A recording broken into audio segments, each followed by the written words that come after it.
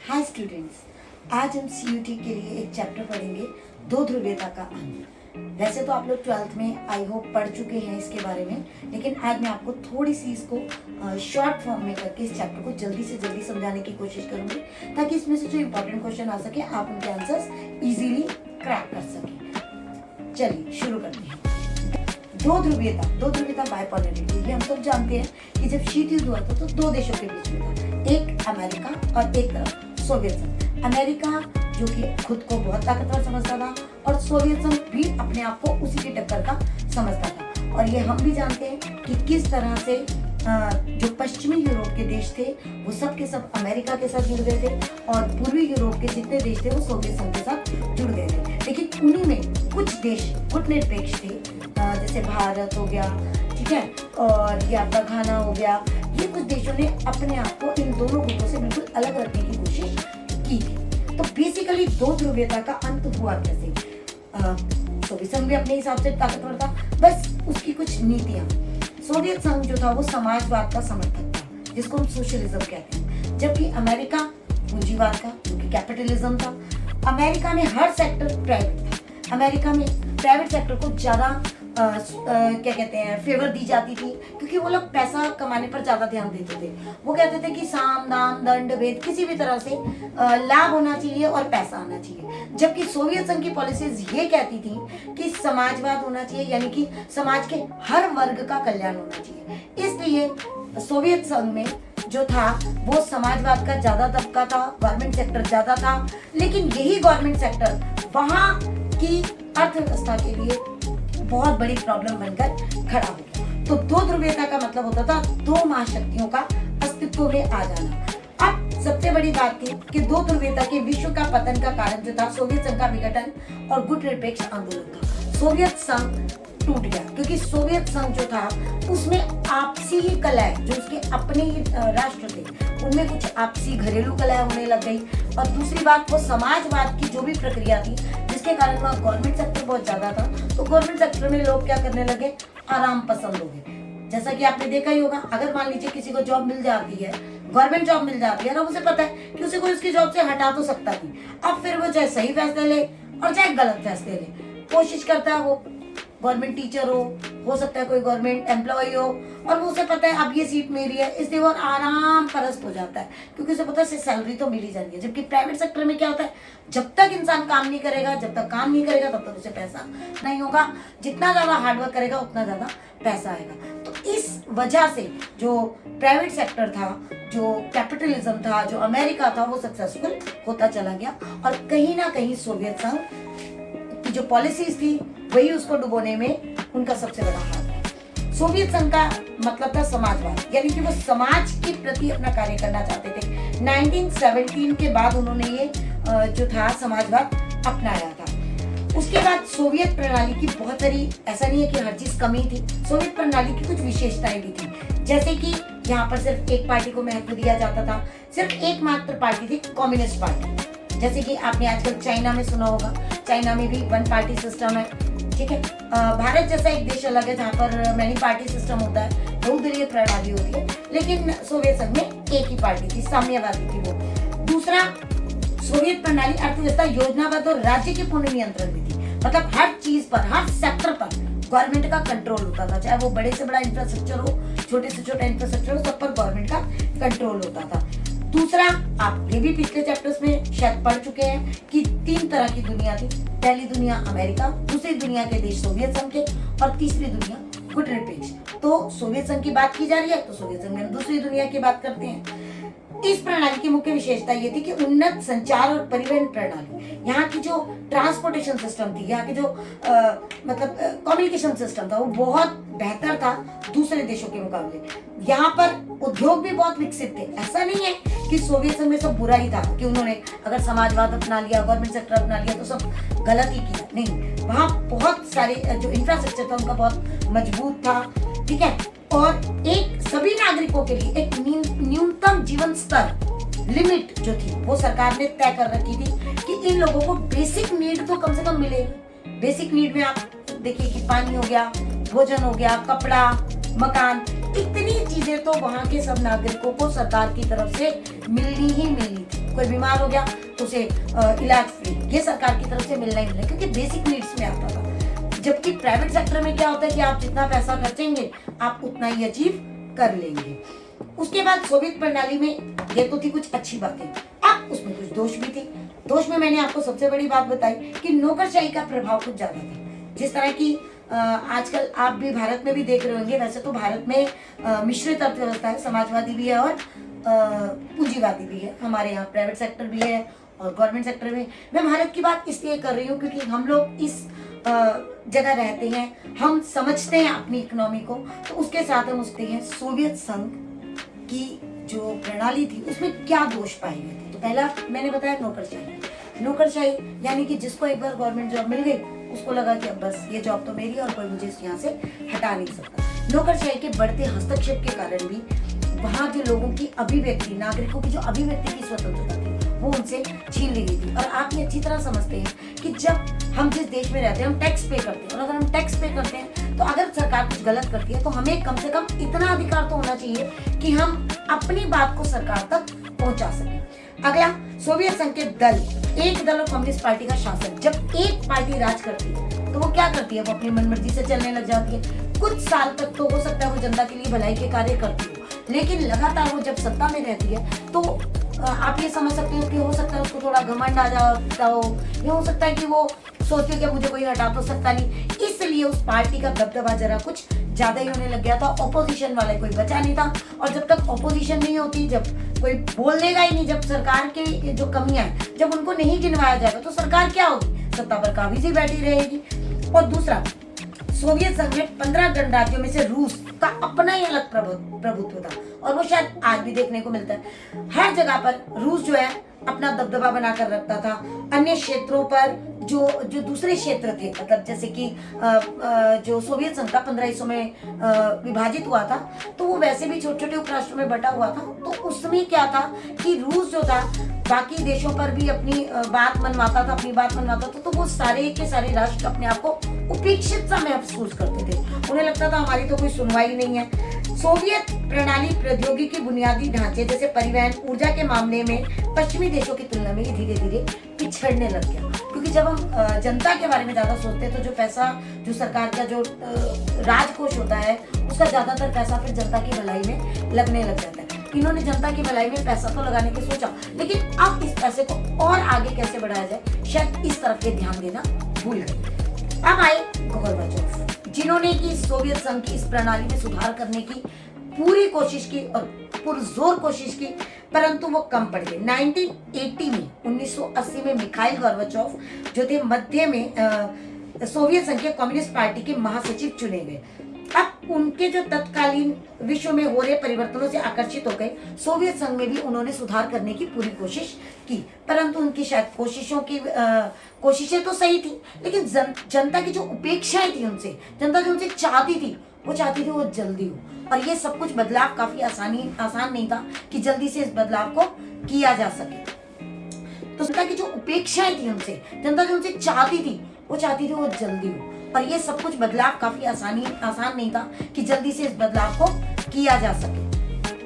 तो सोवियत संघ में सुधार क्या किए गए? 1985 में सोवियत प्रणाली के सुधार की दिशा में वास्तविक रूप से ज्ञान का प्रसार करने की बात की गई। इसमें खुलेपन की नीति अपनाई गई, जिसे ग्लासनोस्ट कहते हैं। खुलेपन की नीति का मतलब था कि इसमें सुधार किए गए, नागरिकों को भी इसमें इन्वॉल्व किया गया कि अगर नागरिकों को लगता है कि किसी चीज में बदलाव होना चाहिए तो नागरिक अपना सुझाव आसानी से दे सकते थे, जो कि पहले नहीं था। दूसरा, पेरेस्ट्रोइका और पुनर्रचना, यानी कि कई चीजें जिनमें बदलाव करने की कोशिश की गई, इन पर दबाव की अपेक्षा सहमति की बात की गई कि लोगों पर दबाव डालकर अपनी बात ना मनवाई जाए, बल्कि उनकी सहमति से एक नए कार्य किए जाएं, नए बदलाव किए जाएं। राजनीतिक सुधार के तहत अमेरिका के साथ हथियारों की होड़ पर रोक लगाई गई, क्योंकि क्या होता है कि जब हम अपने देश को मजबूत करने के लिए हमें ज्यादातर जरूरत क्या होती है, अपने देश की तरफ ध्यान देना होता है कि हमारे देश को किस चीज की जरूरत है, क्या वहाँ पर अनाज की ज्यादा जरूरत है, वहाँ किस तरह के लोग हैं, एजुकेशन की जरूरत है, हेल्थ इंफ्रास्ट्रक्चर चाहिए। और अगर हम उनको छोड़कर दूसरे देशों की नकल करके सिर्फ हथियार ही हथियार बनाते चले जाएंगे तो हमारा जो पैसा इंफ्रास्ट्रक्चर में लगना है वो सारा का सारा पैसा हमारा हथियारों में लग जाता है। गोर्बाचोव की सुधार प्रणालियों का विरोध 1991 में होना शुरू हो गया, क्योंकि उस समय क्या था कि रूसी गणराज्य में बोरिस येल्त्सिन ने आम चुनाव जीता और उन्होंने ये जो केंद्रीकृत नियंत्रण था, उन्होंने ये जो कहा कि लोगों का साथ लिया जाए, लोगों से सहमति ली जाए, उन्होंने सब कुछ मना करवा दिया। तो इस वजह से ये जो सुधार हो रहे थे वो थोड़ा रुक गए या हो नहीं पाए प्रॉपरली। तो सोवियत संघ का विघटन हो गया, क्योंकि कुछ लोग चाहते थे कि केंद्रीकृत व्यवस्था रहे, कुछ लोग चाहते थे नई नौकरशाही व्यवस्था रहे, कुछ चाहते थे कि पार्टी सिस्टम बदला जाना चाहिए, कुछ लोग चाहते थे कि नई पार्टी वैसी है जैसे वैसे रहना चाहिए। तो ये जो लोगों के बीच में विरोधाभास था, जो विरोध था, उसके चलते सोवियत संघ का विघटन हो गया। तो 1991 में जो सोवियत संघ था वो 15 गणराज्यों में बांट दिया गया, जिनमें कि 3 बहुत अहम थे, रूस था, यूक्रेन था और बेलारूस। ये 3 जो राष्ट्र थे ये काफी बड़े राष्ट्र थे। यहाँ की सरकारें इनका दबदबा अभी भी उन 15 पर था किसी तरह से। तो रूस, यूक्रेन, बेलारूस के द्वारा सोवियत संघ की समाप्ति की घोषणा के साथ ही सोवियत संघ का अंत भी हो गया। ऐसे गणराज्य जो सोवियत संघ से स्वयं को अलग कर रहे थे, उन्होंने स्वयं को राष्ट्रकुल का गठन बोल दिया। उन्होंने कहा कि अब हम एक स्वतंत्र राष्ट्रकुल का गठन करेंगे। कम्युनिस्ट पार्टी पर प्रतिबंध लगा दिया गया। अब कम्युनिस्ट पार्टी अपनी कोई भी बात नहीं मनवा सकती थी। सोवियत संघ के विघटन के कारण सबसे बड़ा कारण राजनीतिक संस्थाओं का कमजोर होना। वो जनता की आकांक्षाओं को शायद जल्दी पूरा नहीं कर पाए। दूसरा था सोवियत संघ की आर्थिक संस्थाएं, पैसा था नहीं, सारा पैसा तो हथियार बनाने में लग जाता था। तो वो जनता की जो जरूरतें थी शायद उनको ध्यान नहीं रख पाए या उनको पूरा नहीं कर पाए, इसलिए शायद वो कमजोर पड़ गए और जिसकी वजह से सोवियत संघ टूट गया। अगला कारण था पश्चिम जो अर्थव्यवस्था थी, जो वेस्टर्न कल्चर था, उसका प्रभाव बहुत बढ़ता जा रहा था। यानी कि पूंजीवाद का प्रभाव पूरे विश्व पर बहुत तेजी से फैल रहा था, जिसके चलते सोवियत संघ जैसा देश, इतना बड़ा देश, अपने आप को अपनी अर्थव्यवस्था को नहीं चला पा रहा था या उस लेवल पर नहीं ले जा पा रहा था जहां पश्चिमी अर्थव्यवस्था पहुंच चुकी थी। और लोग चाहते थे कि वह हम उनसे कंपटीशन करें। मिखाइल गोर्बाचोव ने अपने सुधारों को क्रम से चलाना शुरू किया, लेकिन लोगों की आवश्यकताएं ज्यादा थी, इसलिए शायद वो उसे पूरा नहीं कर पाए। और सोवियत संघ की जनता में राष्ट्रपति भावना और संप्रभुता की जो इच्छा थी, उसके उभार ने सोवियत संघ को विघटन करने के लिए मजबूर कर दिया और उसको तोड़कर रख दिया। अब इसके परिणाम क्या हुए? ऐसा नहीं है कि इसके परिणाम बहुत अच्छे हुए या ऐसा भी नहीं कह सकते कि बहुत बुरे हुए। परिणाम जो आपको समझने चाहिए, 2 महाशक्तियों के बीच में जो शीत युद्ध चल रहा था, अब वो खत्म हो गया। यानी कि जो बायपोलैरिटी सिस्टम था, खींचातान चल रही थी सोवियत संघ और अमेरिका के बीच में, अब वो खत्म हो गई। अब सिर्फ एक ही ताकतवर देश बचा, एक ध्रुवीय व्यवस्था हो चुकी थी, जिसे कि आप अमेरिका कह सकते हैं। और शीत युद्ध की समाप्ति से हथियारों की जो कंपटीशन थी वो भी खत्म हो गई, क्योंकि अब जब अमेरिका को पता था कि मैं ही टॉप पर हूं, तो फिर किसी और से लड़ने का तो कोई सवाल ही पैदा नहीं होता। 2 ध्रुवीयता का अंत हो गया। जो अमेरिका का जो वर्चस्व था, पूंजीवाद अर्थव्यवस्था का जो वर्चस्व था, वो बढ़ता चला जा रहा था। सोवियत संघ के विघटन के बाद कई नए देशों का उदय हुआ। सोवियत संघ के उत्तराधिकारी के रूप में एक नया देश सामने आया, रूस। वो सोवियत संघ का उत्तराधिकारी बना। ऐसी अंतरराष्ट्रीय संधियां जो सोवियत संघ के द्वारा की गई थी, उन सबका उत्तरदायित्व रूस पर आ गया। राज्यों में रूस को ही परमाणु शक्ति संपन्न देश का दर्जा प्रदान किया गया और रूस और अमेरिका के बीच में जो निरस्त्रीकरण, परमाणु निरस्त्रीकरण संधियां थी, वो भी उन्हीं के बीच में हुई, जबकि बेलारूस और यूक्रेन शायद उनको वो दर्जा नहीं मिल पाया। सोवियत संघ के प्रमुख नेता कौन कौन थे? सोवियत संघ के प्रमुख नेता थे व्लादिमीर लेनिन, जो कि 1870 से 1924 के बीच में उन्होंने बोल्शेविक पार्टी की स्थापना की थी। उसके बाद आए जोसेफ स्टालिन, वो थी 1879 से 1953, जिन्होंने की खेती का समूहीकरण किया। खेती को जो छोटे छोटे खेत थे उनको मिलाकर एक बड़े खेत के रूप में बनाया। निकिता खुश्चेव, जो कि आप शीत युद्ध का सबसे बड़ा कारण था, आप समझते हैं, क्यूबा मिसाइल संकट, इसके बारे में आपने सुना होगा। ये उसी समय की बात है जब निकिता खुश्चेव थे 1894 से लेकर 1971 तक। उसके बाद आए लियोनिड ब्रेजनेव, ये एशिया की सामूहिक सुरक्षा व्यवस्था थी, उसका इन्होंने सुझाव दिया।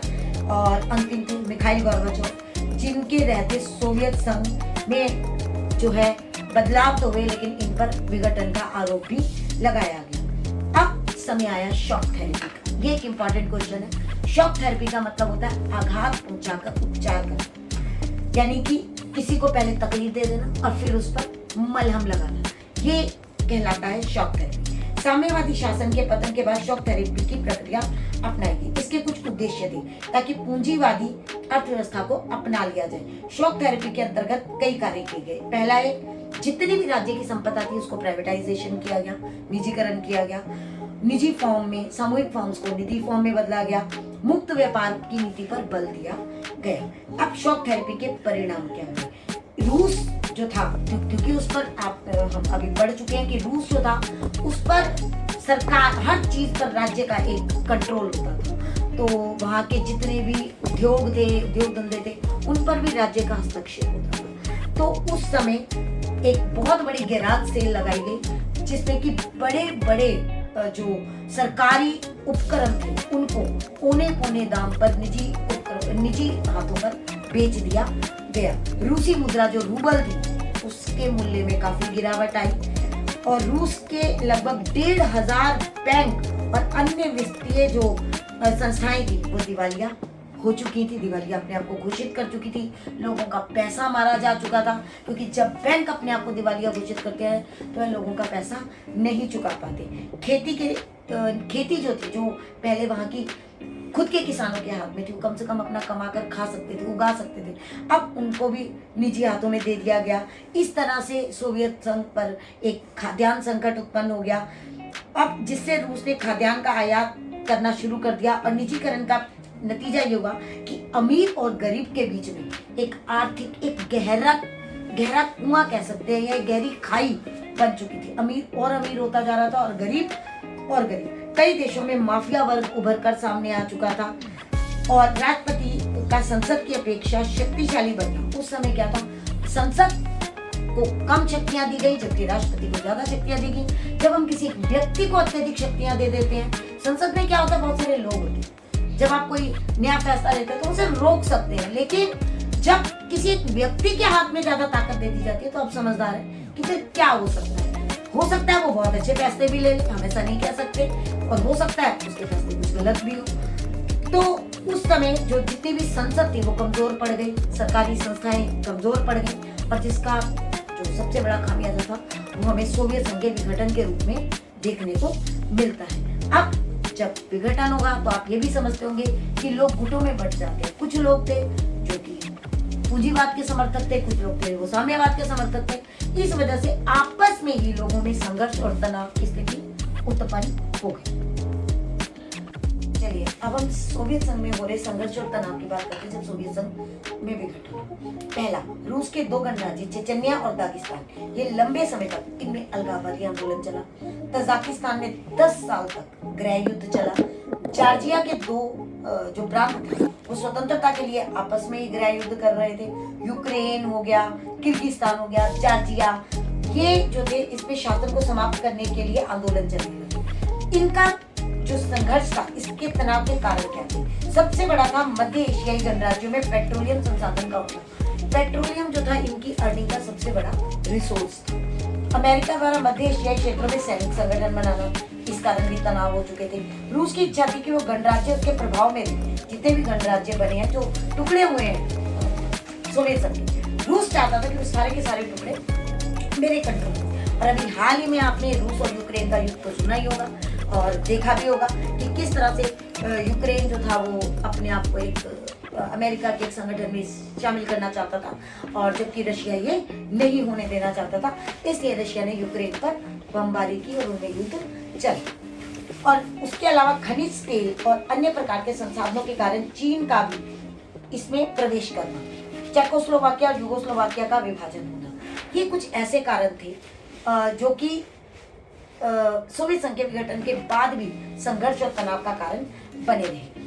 अब पूर्व साम्यवादी देश और भारत में साम्यवादी देशों के साथ हमेशा अच्छे संबंध रहे हैं। खासकर रूस के साथ हमारे संबंध हमेशा अच्छे रहे। रूस ने बहुत जगह हमारी सहायता की है। हमारे ज्यादातर सैनिक उपकरण जो है वो हम रशिया से ही खरीदते हैं। तो भारत और रूस में हिंदी फिल्में काफी मतलब शौक से देखी जाती है। भारतीय फिल्मों को पसंद किया जाता है और भारत और रूस बहु ध्रुवीय देश बनाने के पक्ष में दोनों ही नहीं चाहते कि किसी एक देश को मौका मिले कि वह एक ध्रुवीय व्यवस्था को कायम कर सके। उसके अलावा दोनों देशों के बीच में 2001 में सामरिक समझौते के रूप में 50 द्विपक्षीय अधिकार पत्रों पर हस्ताक्षर हुए।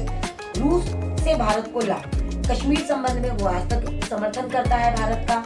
अंतरराष्ट्रीय उद्योग में क्रायोजेनिक रॉकेट जो है हमें रशिया की वजह से ही प्राप्त हुए हैं। चीन के साथ संबंधों में संतुलन बनाने में सोवियत संघ ने रशिया ने हमारी बहुत मदद की है। और ऊर्जा की आपूर्ति में भी रशिया हमारी पूरी हेल्प करता है। अभी कोरोना में भी हाल ही में स्पुतनिक जैसी जो वैक्सीन थी वो हमें रशिया से प्राप्त हुई है। ठीक है, तो भारत और सोवियत संघ आर्थिक संबंधों के रूप में भी भिलाई, बोकारो, विशाखापट्टनम और इसके इस्पात के कारखानों में सार्वजनिक क्षेत्रों में कंपनियों की सहायता। भारत में विदेशी मुद्रा की कमी के दौरान सोवियत संघ ने रुपए को माध्यम बनाकर भारत में व्यापार किया। राजनीतिक संबंध में कश्मीर के मामले में संयुक्त राष्ट्र संघ ने यूएनओ में भी भारत का समर्थन किया। संस्कृति को देखा जाए, भारतीय फिल्मों को देखा जाए तो हमारा उनके साथ बहुत अच्छे और घनिष्ठ संबंध रहे। आई होप आप जब मेरी इस वीडियो को देखेंगे, इसे ध्यान से समझेंगे, सुनेंगे तो आज आपको इस चैप्टर को शायद 1 या 2 बार सुनने के बाद पढ़ने की भी जरूरत ना पड़े और आप इससे रिलेटेड जो क्वेश्चन आए आप उसे आसानी से सॉल्व कर सकते हैं। मैं इस वीडियो में कुछ क्वेश्चंस जो है या तो अगली वीडियो बनाऊंगी या इसी वीडियो में कुछ क्वेश्चंस भी डालूंगी और आप उनके आंसर देकर मुझे कमेंट में बताइएगा। और अगर आपको मेरी ये वीडियो पसंद आई हो तो शेयर, सब्सक्राइब और लाइक जरूर कीजिए।